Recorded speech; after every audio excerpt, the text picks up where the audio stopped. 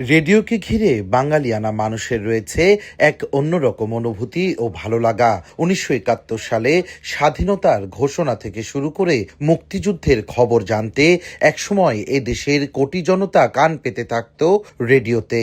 এখনো যাত্রাপথে কিংবা অবসর সময়ে দেশে বেতারের অগণিত শ্রোতা রয়েছে।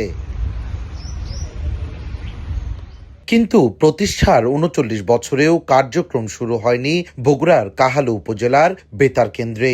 নষ্ট হওয়ার পথে অবকাঠামো থেকে শুরু করে কেন্দ্রের কোটি কোটি টাকার যন্ত্রপাতি। এবার সংসদ সদস্য মোশাররফ হোসেনের প্রচেষ্টায় আধুনিকায়নের পথে এগোচ্ছে বগুড়ার কাহালু বেতার কেন্দ্রটি। FM ব্র্যান্ডে রূপান্তরিত হওয়ার পাশাপাশি আত্মপ্রকাশ পাচ্ছে ব্রডকাস্টিং হাউস হিসেবে। কেন্দ্রের ট্রান্সমিটারের ক্ষমতা ১০০ কিলোওয়াট এবং বর্তমানে ৮৪৬ কিলোহার্জ ফ্রিকোয়েন্সিতে সম্প্রচার চলছে।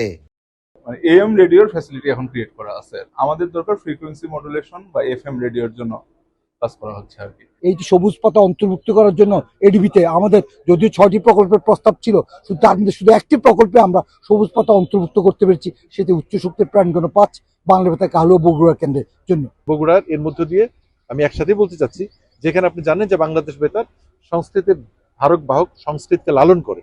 এখানে যে সম্ভাবনাময় যত শিল্পী আছে, এই শিল্পীরা কিন্তু কোনোভাবে কাজ করতে পারছে না।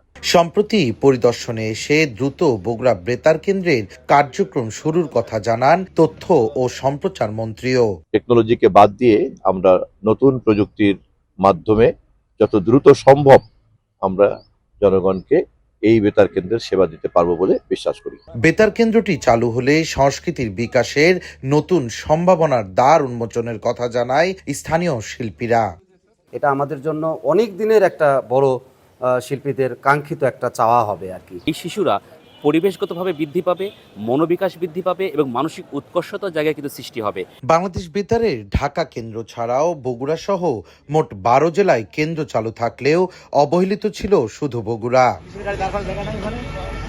সঞ্জু রায়, দেশ টিভি, বগুড়া।